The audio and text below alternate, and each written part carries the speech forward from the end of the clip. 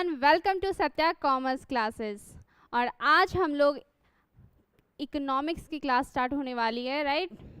और ये इन्फॉर्मेशन मैंने इस मॉर्निंग में भी आप लोगों को दे दिया था कि विक्की सर हम लोगों को क्या पढ़ाने वाले हैं, इकोनॉमिक्स पढ़ाने वाले हैं, राइट। तो क्लास लाइव हो चुका है, एक दूसरे को शेयर कर दीजिए और जल्दी जल्दी ज्वाइन हो जाइए। और आप लोग बहुत दिन से बोल रहे थे ना कि इकोनॉमिक्स कब स्टार्ट होगा, तो टेंशन नहीं लेना है। Both medium, English medium, Hindi medium दोनों में है। और आप आर्ट्स के स्टूडेंट हैं या फिर कॉमर्स के, तो आप दोनों देख सकते हैं। साथ ही साथ सब्सक्राइब भी कर लीजिए और आगे ऐसे ही वीडियोस आपके आते रहेंगे, ठीक है। तो विकी सर को बुलाते हैं और आपका आज का क्लास स्टार्ट करवाते हैं, राइट।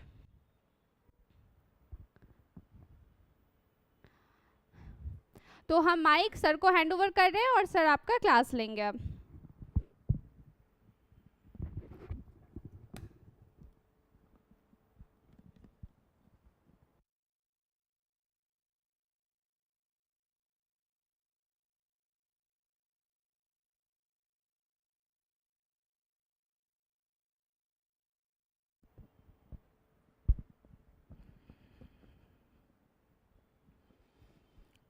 गुड इवनिंग बच्चों, कैसे हो आप सब। शुरू करने वाले हैं इकोनॉमिक्स, अर्थशास्त्र। वैसे तो हमारा इंटेंशन बिहार बोर्ड के बच्चों के लिए फोकस करना है, लेकिन अगर हम बात करें डिमांड की तो काफ़ी कॉमन टॉपिक है, वेल टू लर्न है, गुड टू गो है, कोई भी सीख सकते हैं, जान सकते हैं। शुरू करेंगे कंज्यूमर बिहेवियर के पहले टुकड़े डिमांड के साथ। वैसे तो मैम ने इंट्रोड्यूस किया, लेकिन आगे मैं बता दूं, मेरा नाम विकी वत्स, फिलहाल 9-10 सालों से मैं इकोनॉमिक्स पीजीटी के रूप में कार्यरत हूं। और फिलहाल हम लोग कक्षा 12वीं की अर्थशास्त्र की पढ़ाई शुरू करने वाले हैं। चैप्टर का नाम होगा कंज्यूमर बिहेवियर, या यूं कहें तो उपभोक्ता के व्यवहार का सिद्धांत, अगर आप एनसीईआरटी फॉलो कर रहे हो।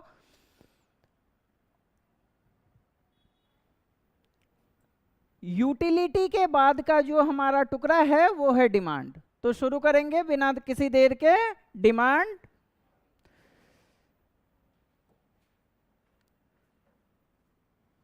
मांग और अवधारणाएं। हिंदी मीडियम वालों बच्चों, जिस चीज को हम डिमांड डिमांड डिमांड कह रहे हैं, कहने का मतलब अर्थशास्त्र में, इकोनॉमिक्स में अगर हम बात करें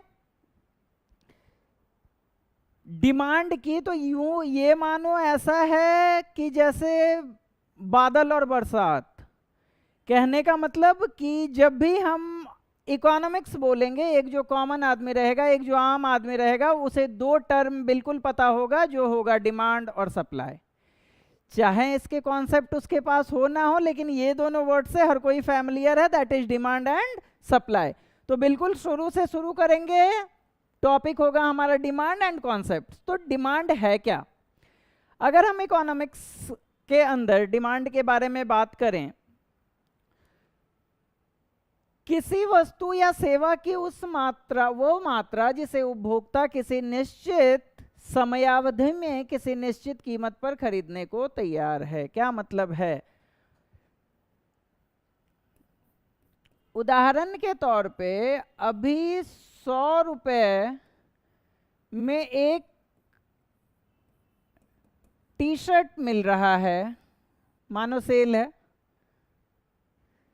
100 रुपये का एक टी शर्ट हमें मिल रहा है।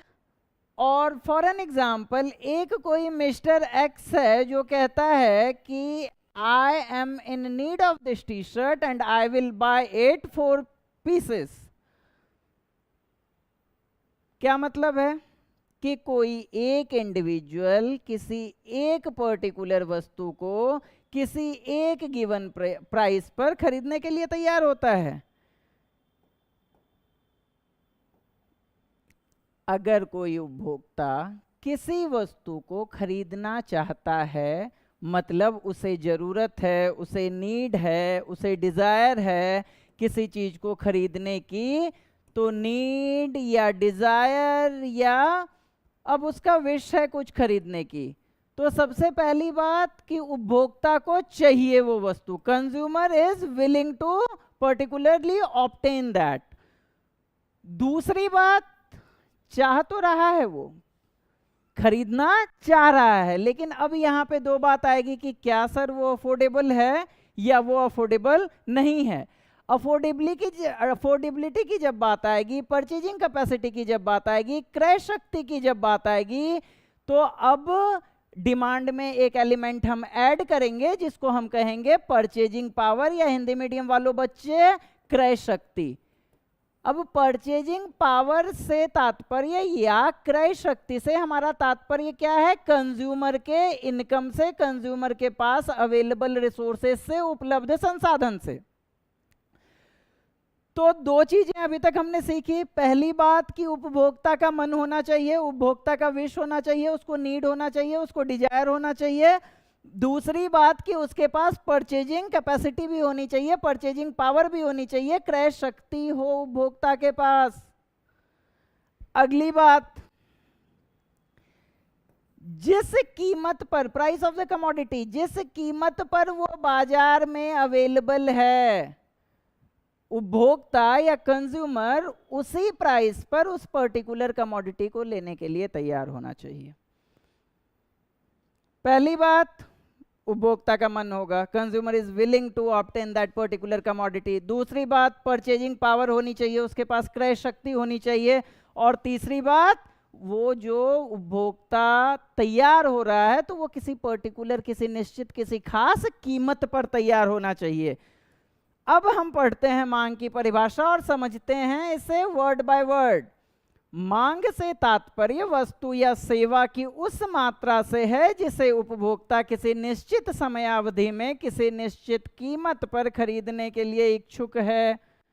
What does it mean? कि demand refers to the quantity of a good or service that a consumer is willing to purchase at a particular price।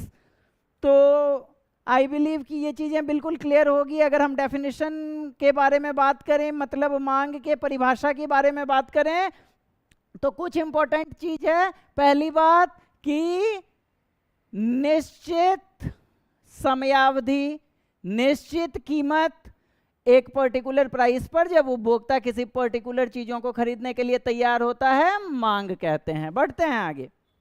मांग के प्रमुख तत्व वैसे तो हम लोगों ने एम्फेसाइज करी थी, जब हम परिभाषा देख रहे थे, परिभाषा पढ़ रहे थे, तो हमने उन चीज़ों पर एम्फेसाइज करी थी। फिर भी उस परिभाषा को अगर हम टुकड़ों में देखें और देखें कि क्या जरूरी है, क्या होना चाहिए मांग क्रिएट होने के लिए, तो पहली बात डिजायर टू बाय, खरीदने की इच्छा, बात कर चुके हैं। एबिलिटी टू बाय, खरीदने की क्षमता। अगर हम बात करें खरीदने की इच्छा और खरीदने की क्षमता, दो अलग अलग चीज है, desire and ability. For an example, अगर आप अपने स्कूल जाते हो और सुबह सुबह रोज की तरह आपको ह्यूज ट्रैफिक मिलता है रास्ते में, तो इच्छा की अगर मैं बात करूं तो इच्छा तो ऐसा भी हो सकता है कि सर मेरे घर के छत पे हेलीपैड हो, वहाँ हेलीकॉप्टर हो, मैं उसमें बैठूं और सीधा अपने स्कूल में लैंड करूं। तो ये है खरीदने की इच्छा। लेकिन क्या खरीदने की क्षमता है हमारी? क्या हम हेलीकॉप्टर को अफोर्ड कर पा रहे हैं?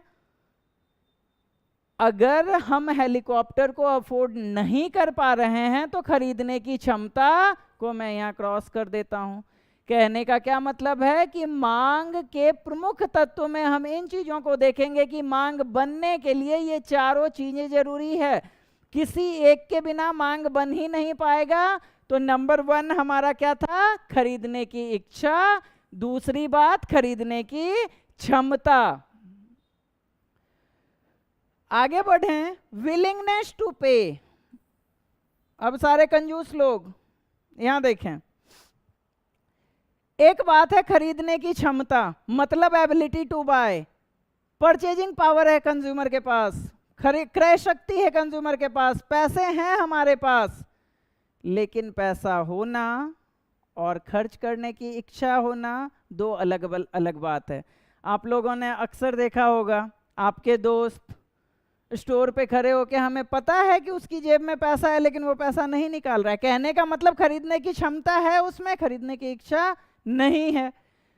तो खरीदने की क्षमता के साथ, खरीदने की इच्छा के साथ विलिंगनेस टू पे मतलब भुगतान करने की इच्छा भी होगी, तभी मांग बनेगा, तभी डिमांड क्रिएट होगा। और अंतिम टाइम टू बाय, खरीदने का समय। एक क्विक रिकैप करते हैं। एक खास कीमत चाहिए, एक किसी भी वस्तु, कोई भी वस्तु चाहिए, वस्तु की मात्रा चाहिए। फॉर एन एग्जाम्पल हमने शुरू करी थी टी शर्ट से, तो टी शर्ट को ही लेते हैं।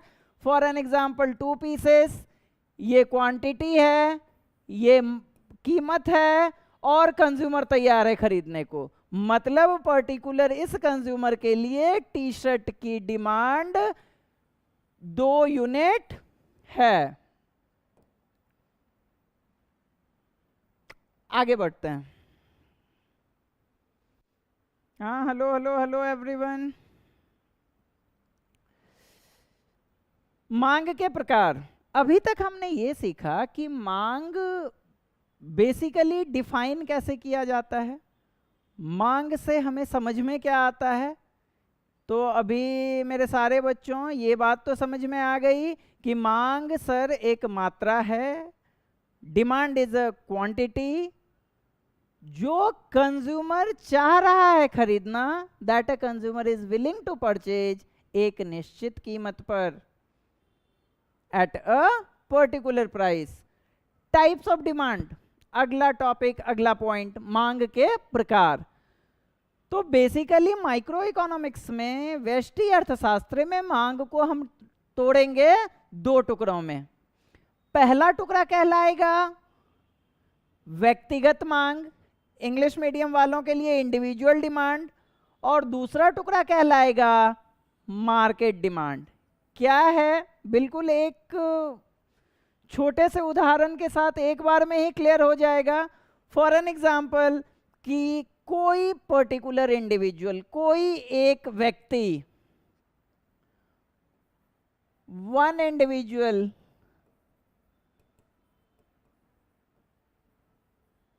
एक दिन में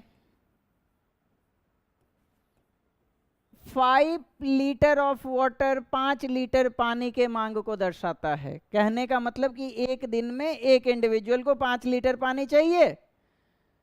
बाकी सारी बातें कांस्टेंट है। कहने का मतलब consumer is willing to buy है, कंज्यूमर खरीदना चाह रहा है, consumer is able to buy है, कंज्यूमर के पास परचेजिंग कैपेसिटी है, जो पर्टिकुलर प्राइस पे वो पानी मिल रहा है, कंज्यूमर तैयार है। सब कुछ होने के बाद एक पर्टिकुलर कंज्यूमर को एक दिन में 5 लीटर पानी चाहिए। तो now we will call it the individual demand of that particular consumer. कितना? 5 litre. The individual demand for that particular consumer would be 5 liters. लेकिन क्या कंज्यूमर अकेला है इकोनॉमी में? The answer is no. Consumer अकेला नहीं है, बहुत सारे लोग हैं जो कंज्यूमर के साथ हैं। कंज्यूमर के रिलेटिव्स हैं, कंज्यूमर के फ्रेंड्स हैं, कंज्यूमर के नेबर्स हैं, कंज्यूमर का टीचर है। फॉर एन एग्जाम्पल कि हमारी जो सोसाइटी फॉर्म हुई है उसके अंदर जो भी लोग हैं जिनको पानी की ज़रूरत है, जो पानी खरीदने को तैयार हैं। अब इस बात को अर्थशास्त्र में, इकोनॉमिक्स में समझने के लिए हम एक आसान सा एग्जाम्पल अजम्पशन के साथ सीखते हैं। आप ऐसा समझो कि पूरे अर्थव्यवस्था में बस 5 ही ऐसे लोग हैं जिन्हें पानी चाहिए। मतलब पूरे अर्थव्यवस्था में 5 लोगों को पानी का डिमांड आज है, एक का डिमांड 5 है। तो इसी तरह हम अलग अलग बता सकते हैं कि पहले का डिमांड 5 लीटर होगा, दूसरे का 2 लीटर होगा, फिर 3 लीटर होगा, फिर 2 लीटर होगा और 5 लीटर होगा। ये हमने उदाहरण के तौर पे लिया है कि 5 अलग अलग व्यक्तियों की व्यक्तिगत मांग 5 लीटर, 2 लीटर, 3 लीटर, 2 लीटर और 5 लीटर है क्रमशः। जब हमें कैलकुलेट करना होगा मार्केट डिमांड, तो हम इंडिविजुअल डिमांड को, व्यक्तिगत मांग को सम अप करेंगे, जोड़ देंगे। कहने का मतलब कि अगर मैं लिखूं market demand then it should be equal to sigma individual demand. Sigma का मतलब पिछली कक्षाओं में हमने सीख रखा है, सिग्मा का मतलब सर जोड़ देना है, कुछ भी मिले उसके नीचे सिग्मा लगा है मतलब सबको जोड़ दो, सबको जोड़ दें। इंडिविजुअल डिमांड से मार्केट डिमांड कैसे डिराइव करेंगे? 5 + 2 7 + 3 10 + 2 12 + 5 17 लीटर। तो यहां पर बिल्कुल आसान है समझना कि इंडिविजुअल डिमांड एक प्रोडक्ट का किसी खास कीमत पर एक उपभोक्ता का डिमांड है, और बाजार मांग या मार्केट डिमांड बाजार में जितने भी उपभोक्ता हैं सबके व्यक्तिगत मांगों को जब हमने जोड़ दिया तो हम पहुंचे बाजार मांग पर। अब मैंने लिखा individual demand. For your recap, बिल्कुल आसान भाषा में एक तरफ लिखा इंडिविजुअल डिमांड और दूसरी तरफ लिखा हमने मार्केट डिमांड।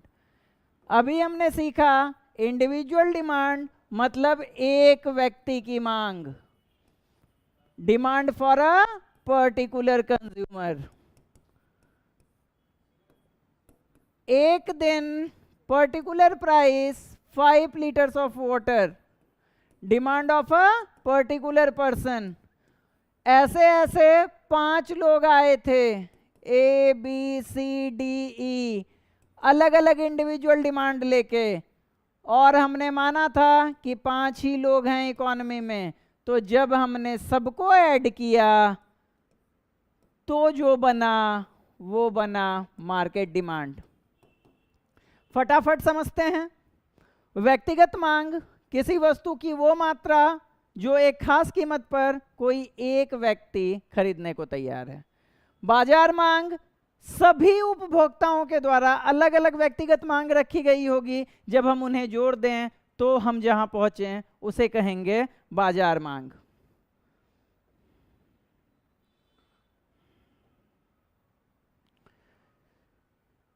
अब अगर हम बात करें कि ये मांग किन किन चीजों से इस मांग पर फर्क पड़ेगा, क्या कहना चाह रहा हूं कि अगर 5 लीटर सर आपने बताया था कि इंडिविजुअल मांग है, तो वो 5 लीटर किसी बंदे का मांग है तो उस पर किस किस बात से फर्क पड़ सकता है?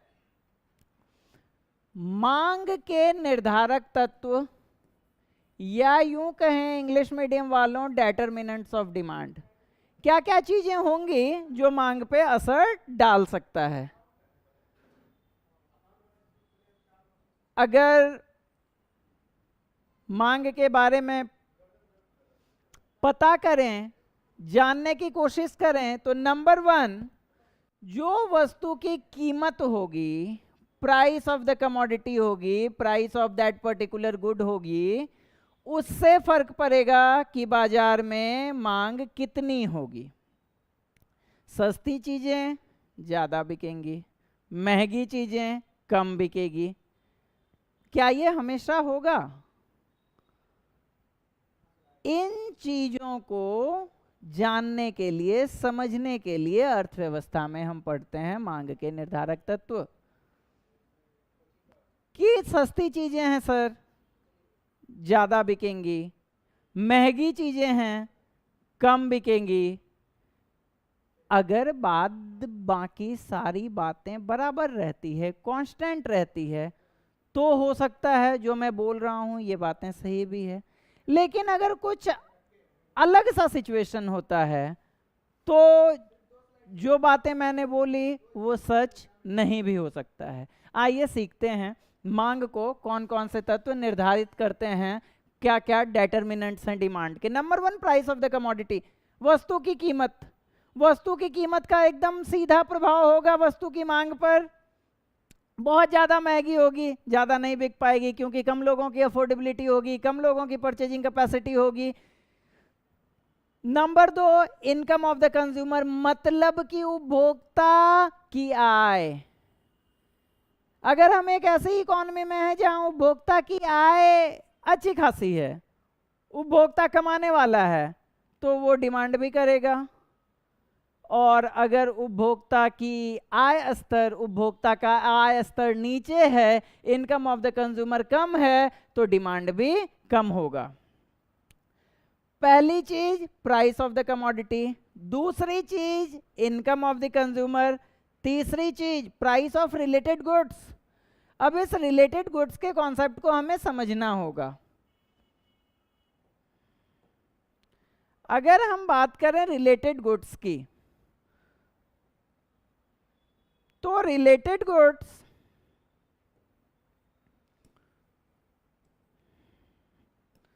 दो तरीके की हो सकती हैं। एक मिनट, रिलेटेड गुड्स दो तरीके की हो सकती हैं, और रिलेटेड गुड्स को ये हिंदी मीडियम वालों संबंधित वस्तुएं,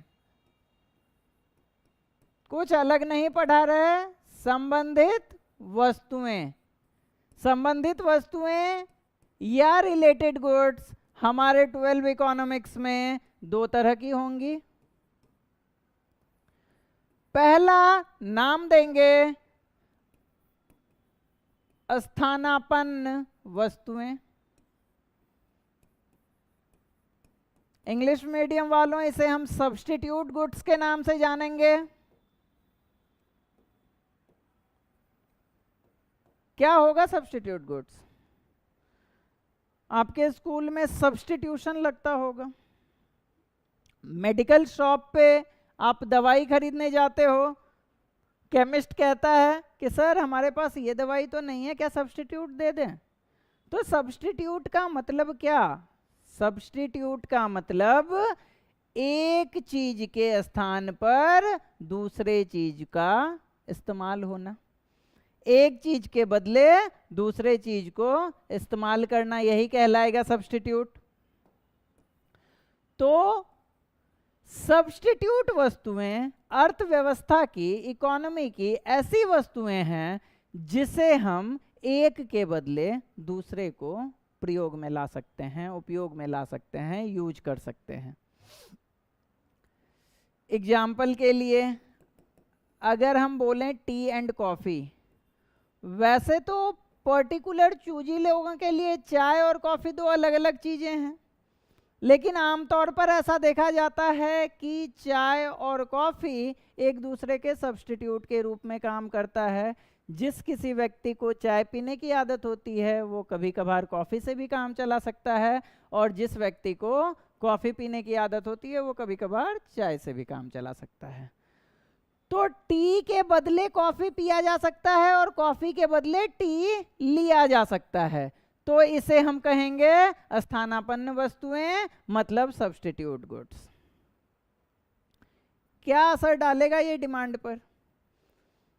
उदाहरण के तौर पर चाय भी 5 रुपए की मिल रही है बाजार में और कॉफ़ी भी 5 रुपए की मिल रही है। लोग अपने चॉइस के हिसाब से या तो चाय पी रहे हैं या कॉफ़ी पी रहे हैं।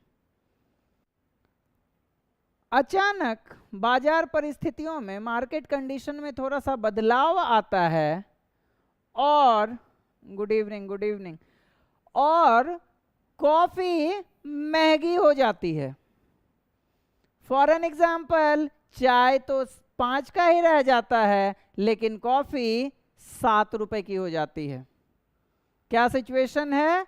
चाय 5 की है, कॉफ़ी 7 की हो गई। पुराना सिचुएशन क्या था? दोनों चीजें 5-5 की मिल रही थी। अब बहुत सारे ऐसे उपभोक्ता होंगे, बहुत सारे ऐसे कंज्यूमर्स होंगे जो चाय की जगह कॉफी की जगह चाय पिएंगे। क्यों? क्योंकि कॉफी महंगी हो गई। तो since the substitute was available in the market, क्या मतलब है कि स्थानापन्न वस्तुएं बाजार में उपलब्ध थी, चाय के, कॉफी के बदले बाजार में चाय अवेलेबल थी। इस वजह से उपभोक्ता ने क्या किया? उपभोक्ता कॉफी पीना छोड़ के चाय पर चला गया। और अगर हम अपने पुराने स्लाइड पर आएं तो क्लियरली लिखा हुआ है प्राइस ऑफ रिलेटेड गुड्स, मतलब संबंधित वस्तुओं की कीमत तो यहाँ देखिए, अगर संबंधित वस्तुओं की कीमत मतलब कॉफी हुआ महंगा तो डिमांड घट गया चाय का।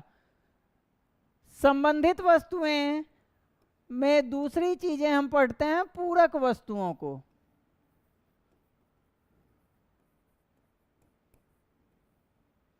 पूरक वस्तुएं, स्थानापन्न में क्या सीखा हमने? स्थानापन्न में सीखा कि अगर दोनों में से किसी स्थानापन्न वस्तुओं की कीमत बढ़ती है तो मांग बढ़ जाएगी दूसरे स्थानापन्न वस्तु की।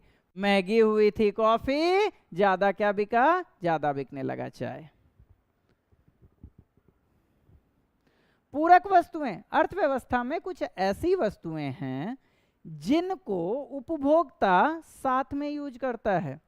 कहने का क्या मतलब है कि हमारी इकोनॉमी में there are certain goods which consumer consumed together. उदाहरण के लिए अगर हम बोलें नोटबुक एंड पेन, कॉपी और कलम। उदाहरण के लिए अगर हम बोलें शूज एंड सॉक्स, जूते और मोजे, दाल चावल, pulse rice. For an example कि बहुत सारे ऐसे पेयर्स अवेलेबल होंगे मार्केट में, उपभोक्ता एक साथ लेगा। तो अब आप खुद समझदार हो, खुद सोचो, दोनों में से कोई एक वस्तु महंगी हो गई, दूसरे पर क्या फर्क पड़ेगा? दूसरा कम बिकेगा सर। अगर बाइक महंगी होगी, पेट्रोल के सेल पे उसका फर्क दिखेगा। अगर पेन महंगा होगा, नोटबुक के सेल पे उसका असर दिखेगा। कहने का मतलब कि कुछ इस तरह संबंधित वस्तुएं या रिलेटेड गुड्स असर डालती है अपने रिलेटेड गुड्स पर। प्राइस ऑफ रिलेटेड गुड्स मतलब सब्स्टिट्यूट्स या कॉम्प्लीमेंट्री गुड्स, दोनों में कोई अगर सस्ता या महंगा होगा तो फर्क डलेगा अपने प्राइम गुड्स पर। आगे बढ़ते हैं, टेस्ट एंड प्रेफरेंस, स्वाद और प्राथमिकताएं। स्वाद और प्राथमिकताएं का मतलब कि कंज्यूमर को जो चीज कंज्यूमर के हाथ पर चढ़ गई, जीभ पर चढ़ गई, कंज्यूमर उसी चीज को पसंद करेगा। Now, good morning Ishrat. Now अब अगर हम बात करें टेस्ट की, आप खुद सोचो, अगर हम बात करें टेस्ट की तो मैगी का क्या सब्स्टिट्यूट है मार्केट में? फटाफट कमेंट करो, मैगी का क्या सब्स्टिट्यूट है मार्केट में? यिप्पी, वाई वाई, चाओ चाओ।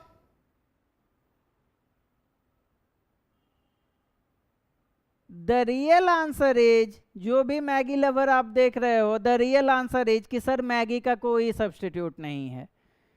मैगी के बदले लोग यिप्पी तब खाते हैं जब कोई ऑप्शन नहीं होता है लोगों के पास।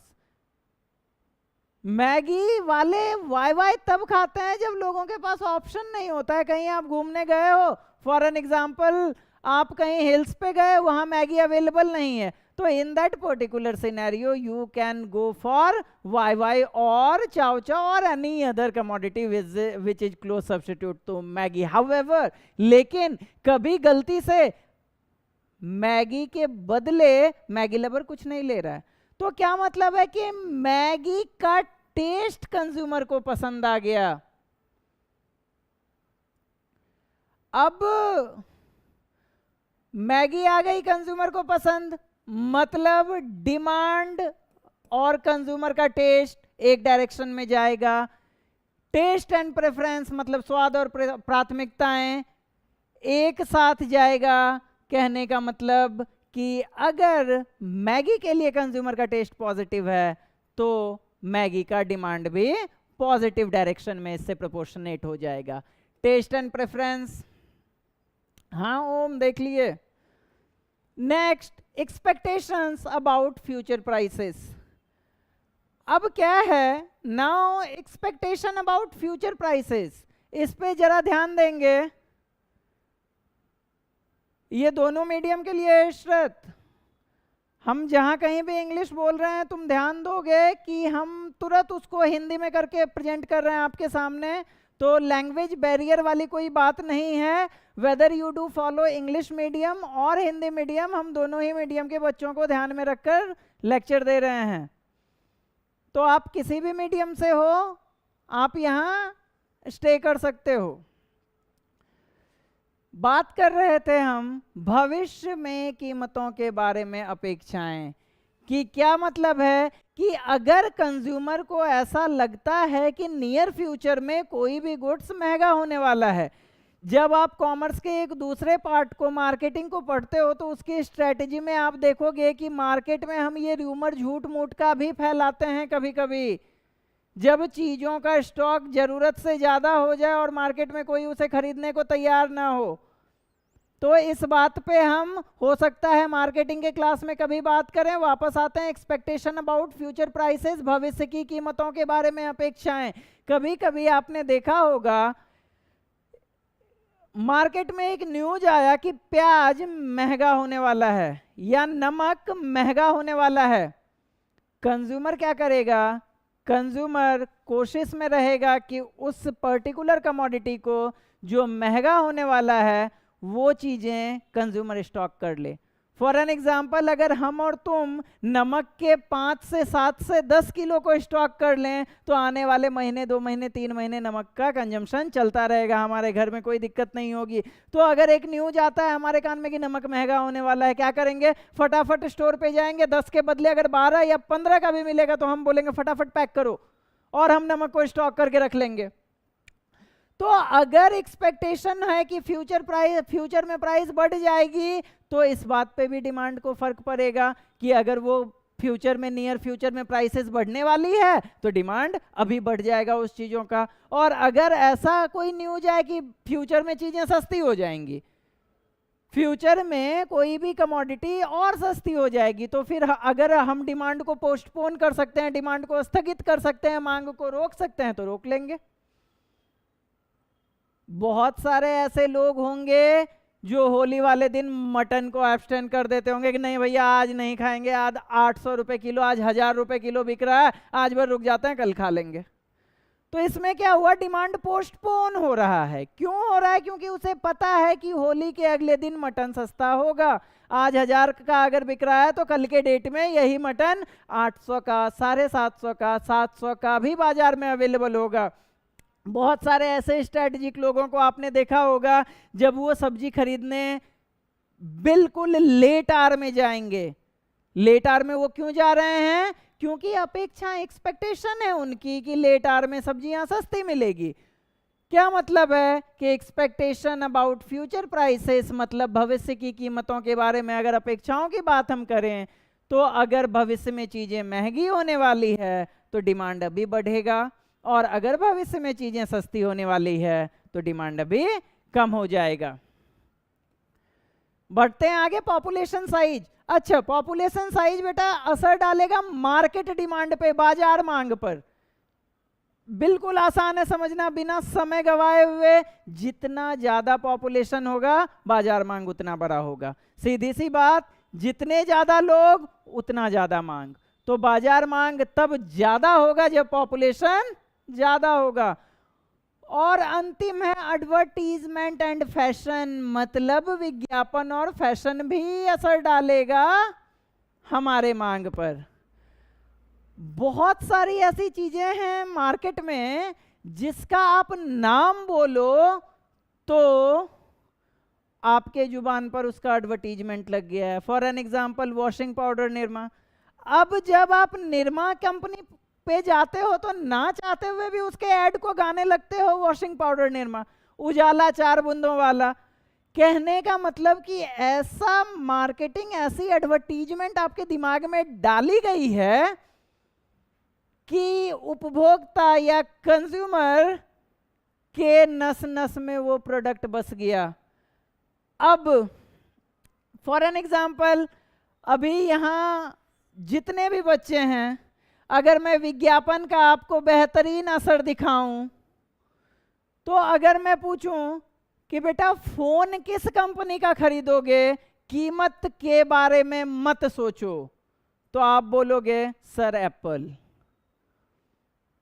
शायद हम में से बहुत लोगों ने अभी तक एप्पल यूज नहीं करा, हो सकता है कि हमारा एंड्रॉयड एप्पल से ज़्यादा अच्छा यूजर इंटरफेस देता हो और ज़्यादा कंफर्टेबल हो यूज करने में, लेकिन हमने बोला एप्पल। एप्पल क्यों बोला? क्योंकि इसकी जो एडवर्टीजमेंट पॉलिसी है, मार्केटिंग है, ये कस्टमर्स को लुभाती है कि it is a luxury phone.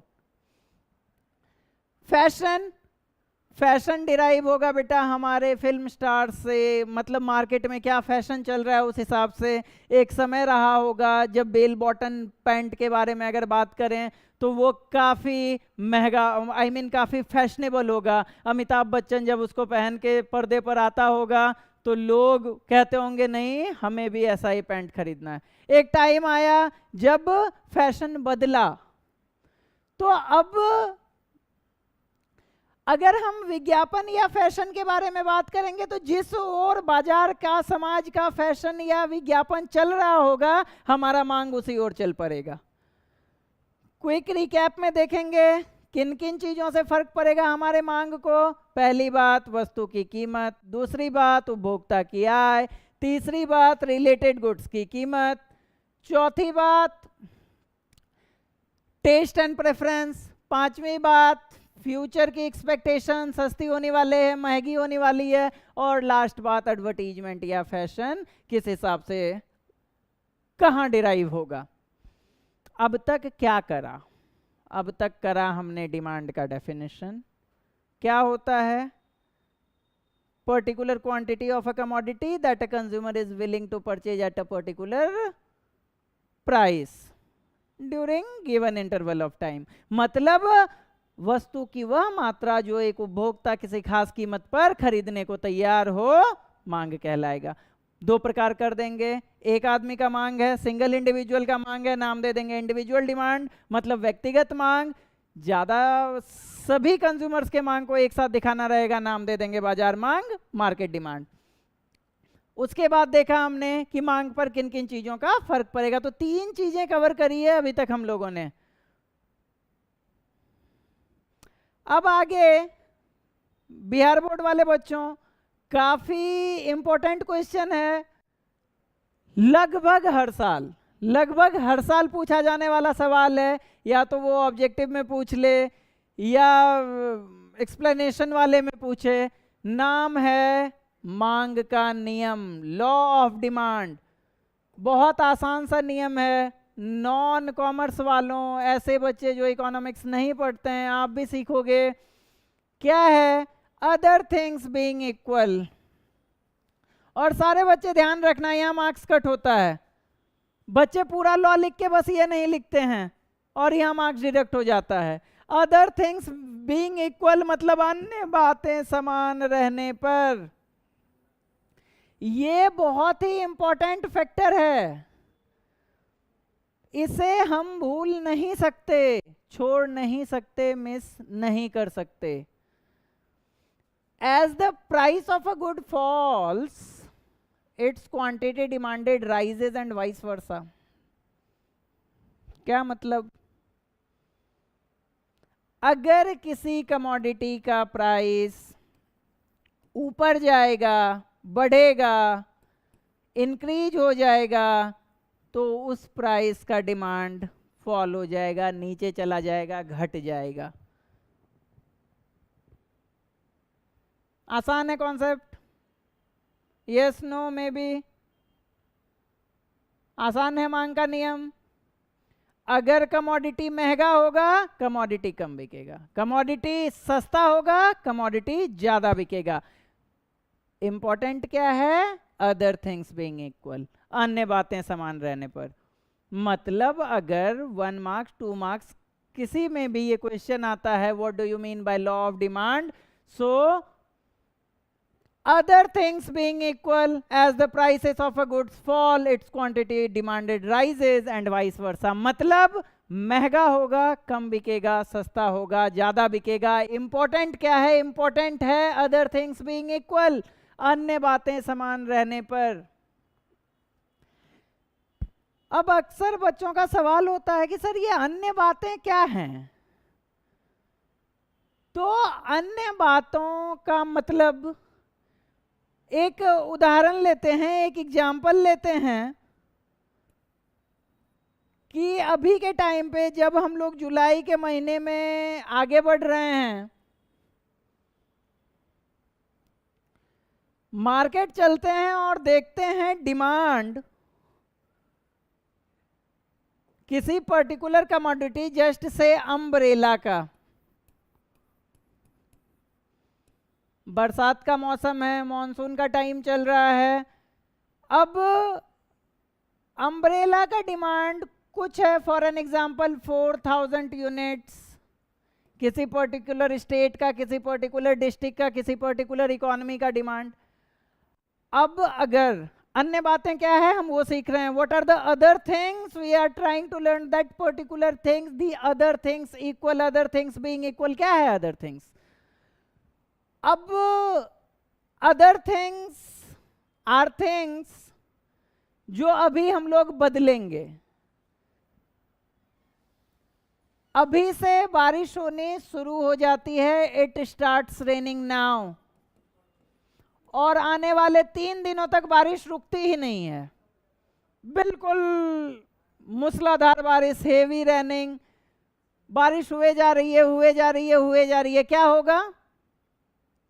Umbrella का डिमांड ऊपर जाएगा, बढ़ जाएगा। क्यों? It is a situation that now people are willing to buy and buy umbrella. क्या मांग का नियम काम करेगा? मांग का नियम काम नहीं किया सर, छाता महंगा हो गया, फिर भी बिका। क्यों बिका? क्योंकि अभी हमने बोला कि अदर थिंग्स बीइंग इक्वल नहीं रहा। जब हम मांग के नियम के बारे में बात कर रहे थे, गुड इवनिंग, मांग के नियम के बारे में बात कर रहे थे, तो वहां मौसम नॉर्मल बरसात का एग्जाम्पल लिया था और सिचुएशन चेंज हुआ, इट स्टार्टेड रेनिंग, तो क्या हुआ? अम्ब्रेला का डिमांड हाई हुआ। नाउ एक छोटे से एग्जाम्पल से मैंने आपको बताया कि अदर थिंग्स क्या हो सकता है। तो अदर थिंग्स ऐसा ही कुछ हो सकता है, सीजन हो सकता है, वेदर हो सकता है, गवर्नमेंट पॉलिसीज हो सकती है, मार्केट मैकेनिज्म हो सकता है। तो मांग का नियम कब काम किया? जब बाकी बातें समान रही। नियम क्या है? महंगा होगा कम बिकेगा, सस्ता होगा ज्यादा बिकेगा, plus other things remaining constant. बहुत बढ़िया। तो ये था मांग का नियम। हमने सीखा कि चीजें महंगी होंगी, कम बिकेगी, सस्ती होंगी, ज्यादा बिकेंगी। कभी नहीं भूलेंगे अदर थिंग्स बीइंग इक्वल, अन्य बातें समान रहने पर। अब अगर हम बात करें इसको सब्जेक्ट मैटर में लाने की, इसको क्वेश्चन बनाने की, तो एक चीज हमेशा याद रखना बेटा कि जब इनवर्स रिलेशन को दिखाएंगे, there would be a inverse relationship between price and demand। मतलब उल्टा रिश्ता है। किसमें किसमें? प्राइस में और डिमांड में। अपने अगले क्लास में जब हम डिराइव कर रहे होंगे, थोड़ा सा भी बेटा बता रहे हैं कि फॉर्म कैसे होगा, तो आप देखोगे कि मांग वक्र एक ऐसा सा लाइन हो जाएगा। क्या बता रहा है कि when one variable is going down, जब एक चर नीचे जा रहा है, दूसरी चीजें बढ़ रही है। मतलब अगर हमने y एक्सिस पे प्राइस को रखा था और प्राइस नीचे गिरना शुरू हुई थी, तो हमारी क्वांटिटी बढ़ना शुरू हो गई। मतलब there would be a negative slope, ऋणात्मक ढाल होगी। मांग वक्र बाएं से दाएं नीचे की ओर झुका हुआ होगा, बाएं से दाएं नीचे की ओर झुका हुआ होगा। इसको और भी अच्छे से डिटेल में डिराइव करेंगे जब हम लोग मांग तालिका और मांग वक्र को अलग से करेंगे।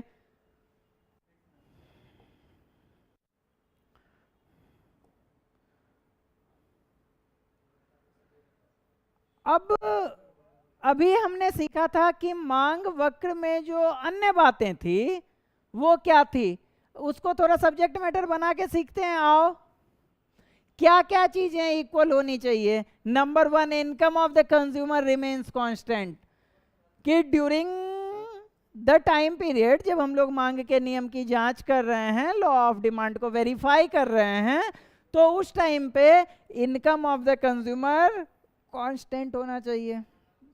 कंज्यूमर सस्ता, आई मीन कंज्यूमर का इनकम बढ़ना या घटना नहीं चाहिए, डेफिनेटली वो डिमांड पे डाल देगा फर्क। Taste and preference remains unchanged, कि कंज्यूमर का टेस्ट और प्रेफरेंस जो हो वो भी सेम रहे। During the verification of the law of demand only, जब तक मांग के नियम की जांच करेंगे तब तक, बाद में क्या होगा हमें मतलब नहीं है। Prices of related goods should be equal, prices of related goods should be same, मतलब कि संबंधित वस्तुओं के कीमत में भी परिवर्तन नहीं होनी चाहिए। नो चेंज इन पॉपुलेशन, हमारा जनसंख्या नहीं बदलना चाहिए। No expectation of future price change, मतलब भविष्य में कीमत बदलने का भी कोई डर नहीं होनी चाहिए। इस सभी बातों को जब हम बराबर मानेंगे, जब हम कांस्टेंट मानेंगे, तब काम करेगा कौन सा नियम? मांग का नियम। क्या कहेंगे?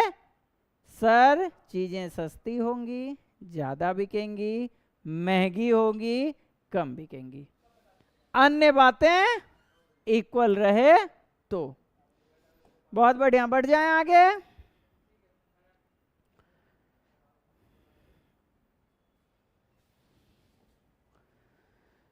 अब अन्य बातें बदलेंगी, मतलब नियम के अपवाद आएंगे।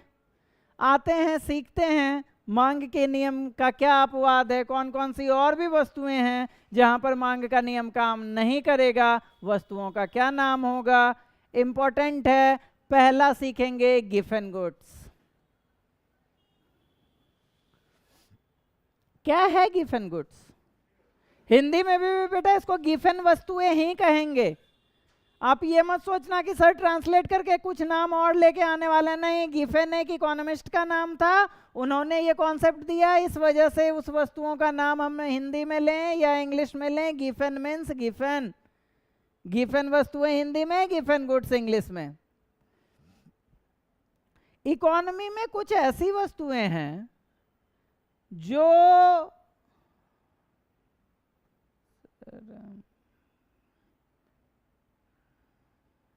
बहुत बढ़िया, पीसीएम के साथ इकोनॉमिक्स भी पढ़ लो। इकोनॉमी में कुछ ऐसी वस्तुएं हैं,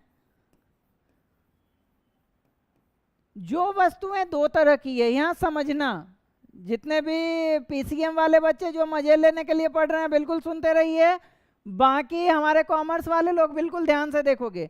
इकोनॉमी में दो वस्तुएं हैं, एक को नाम देंगे इन्फेरियर, एक को नाम देंगे गिवन। एक साथ आने वाली ये दो वस्तुएं हैं, लेकिन दोनों में थोड़ा अंतर होगा। इन्फेरियर गुड्स हिंदी में कहेंगे घटिया वस्तुएं, जैसा नाम क्लियर है, मतलब ये चीजें चीप प्रोडक्ट्स हैं। कौन खरीदेंगे? गरीब लोग।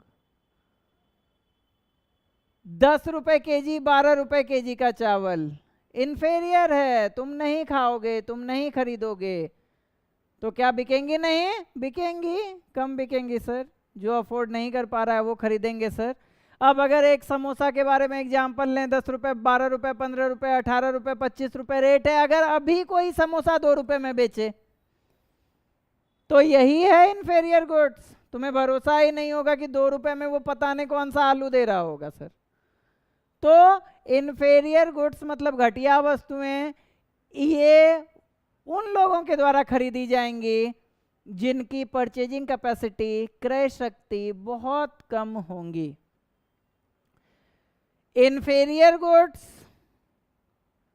जैसे जैसे इकोनॉमी में आय स्तर बढ़ेगा, इन्फेरियर गुड्स का डिमांड घटता चला जाएगा। अब सीखते हैं गिवन गुड्स। गिवन गुड्स भी इन्फेरियर ही है, लेकिन where demand rises with price,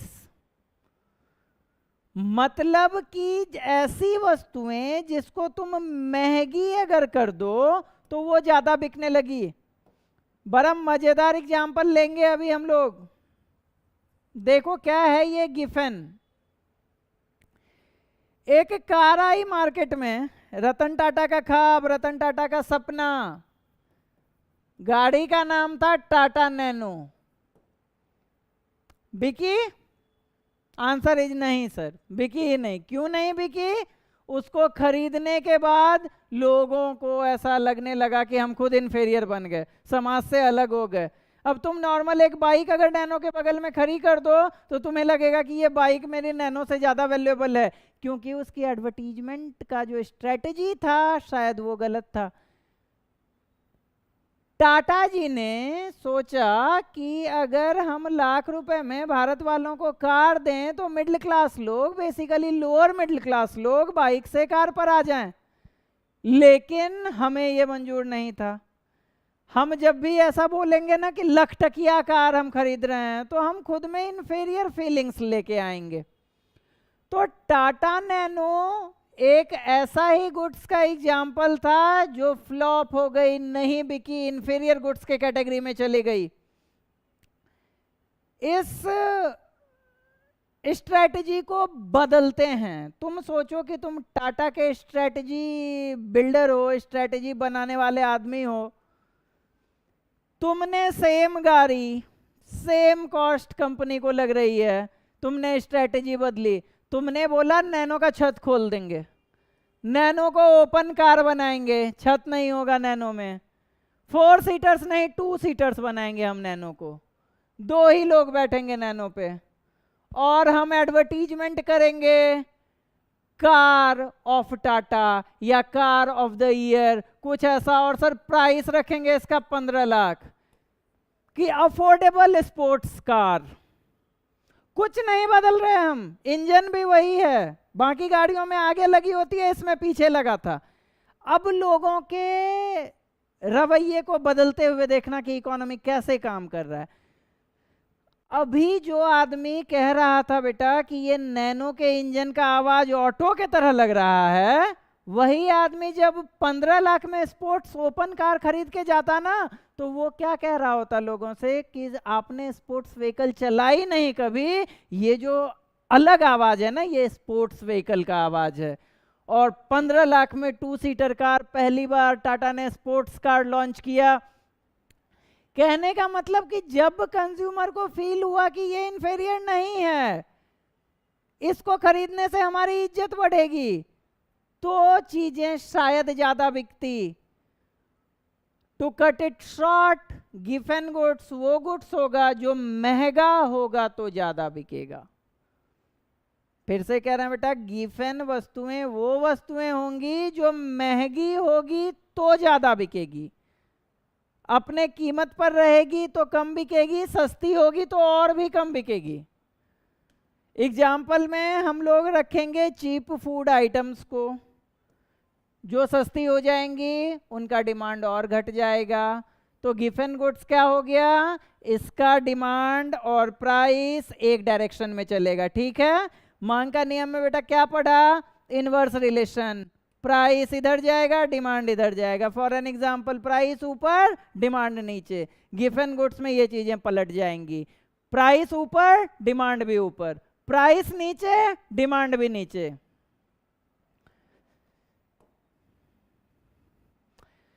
अब आई प्रेस्टीजियस गुड्स। प्रेस्टीज गुड्स के नाम से भी बहुत सारे राइटर इसको जान रहे हैं, प्रतिष्ठित वस्तुएं। ये एक ऐसी वस्तु है बेटा जिसको खरीद ही लोग इसलिए रहे हैं कि उनकी प्रतिष्ठा में बढ़ोतरी हो सके। ऊंची कीमत ऊंची हैसियत का संकेत देती है ये वस्तुएं। डायमंड, अभी फोन का एग्जाम्पल जब हम लिए थे आपने बोला एप्पल सर, क्यों एप्पल? एप्पल वालों को देखना, वो जब फोटो खींचेंगे वो मिरर के आगे जाके फोटो खींचेंगे। मतलब इंपॉर्टेंट वो ऑब्जेक्ट नहीं है जिसका फोटो लिया जा रहा है, इंपॉर्टेंट है वो पीछे वाला सेब। मतलब कुछ ऐसी वस्तुएं इकोनॉमी में हैं जो खरीदने से कंज्यूमर समझने लगता है कि हम अमीर हो गए, हम प्रतिष्ठित हो गए।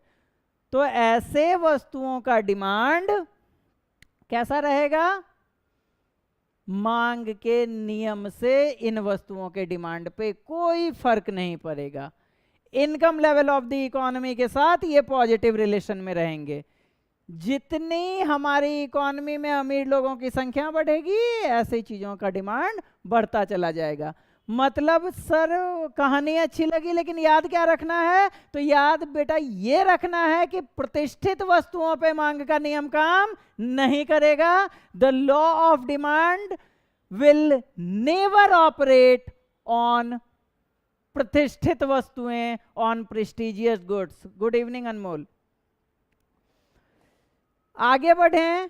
फ्यूचर एक्सपेक्टेशन अभी हमने बात करी, अभी हम देख रहे थे कि प्याज और नमक या कुछ और जब महंगा होने वाला था तो डिमांड पे फर्क डाल रहा था। उसमें हमने क्या देखा था कि ऑल दो चीजें महंगी हो रही है फिर भी ज्यादा बिक रही है। ऐसा क्यों? क्योंकि कंज्यूमर को, उपभोक्ता को डर है कि चीजें और महंगी हो जाएंगी। So future expectation, if people expect price to rise, they may buy more now. अगर उन्हें ऐसा डर लग गया, उन्हें फीलिंग आ गई कि फ्यूचर में और महंगी हो जाएंगी चीजें, तो उन चीजों का डिमांड बढ़ जाएगा। फिर से एग्जाम्पल के तौर पे वही रखिए कि अगर पता चलता है सर कि प्याज भी नियर फ्यूचर में महंगा होने वाला है तो हम उसको स्टॉक करने लगेंगे।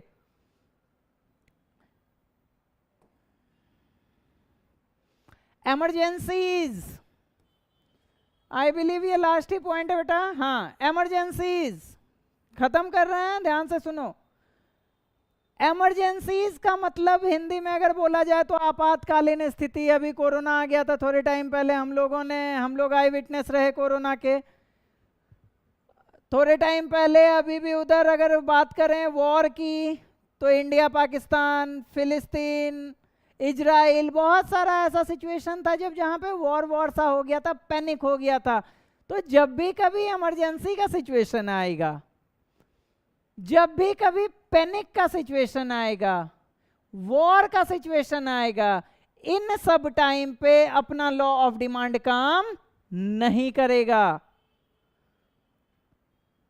घबराहट की स्थिति या युद्ध की स्थिति में लोग ऊंची कीमतों पर भी खरीदारी कर सकते हैं। फॉर एन एग्जाम्पल, ट्रेन में बैठे पानी खरीदे 30 रुपए का। क्यों खरीदे भाई? क्योंकि ट्रेन से उतर नहीं सकते हैं ना सर। दिख रहा है ट्रेन के खिड़की से, हम देख पा रहे हैं कि वो देखो सड़क, वो देखो ग्रोसरी स्टोर, अब भी उतर जाए तो 20 का हो जाएगा, लेकिन खरीदेंगे। पीवीआर में बैठे पॉपकॉर्न का डब्बा 400 रुपए का खरीदेंगे। एक कोल्ड ड्रिंक 500 ml की बाहर जाओगे 35 की मिलेगी, 30 की मिलेगी। पीवीआर में बैठ के 150 का खरीदेंगे।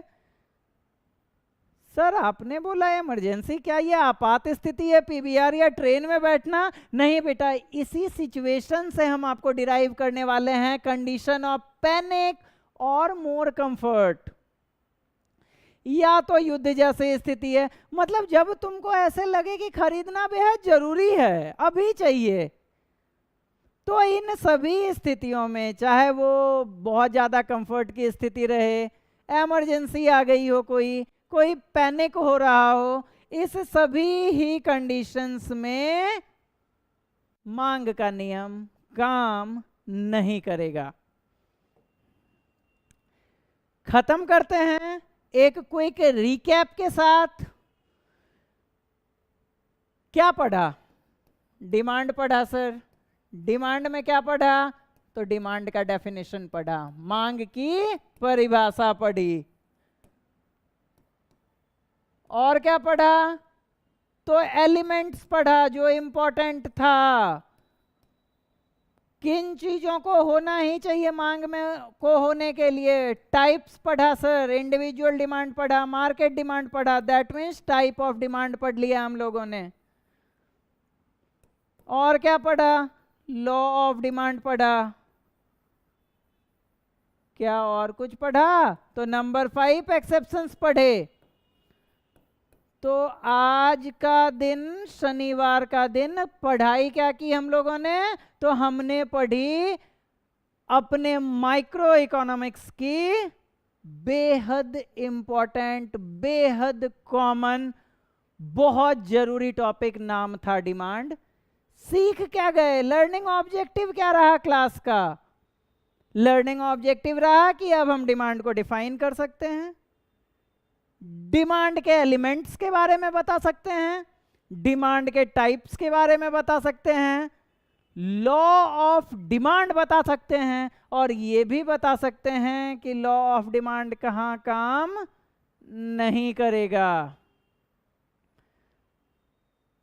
आ गई बात समझ में? खत्म करें फिर आज?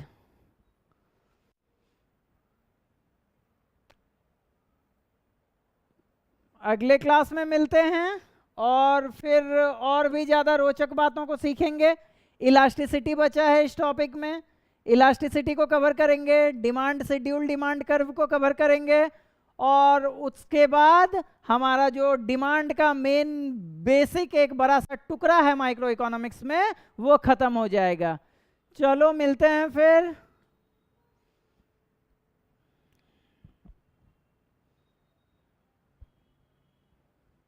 Thank you all.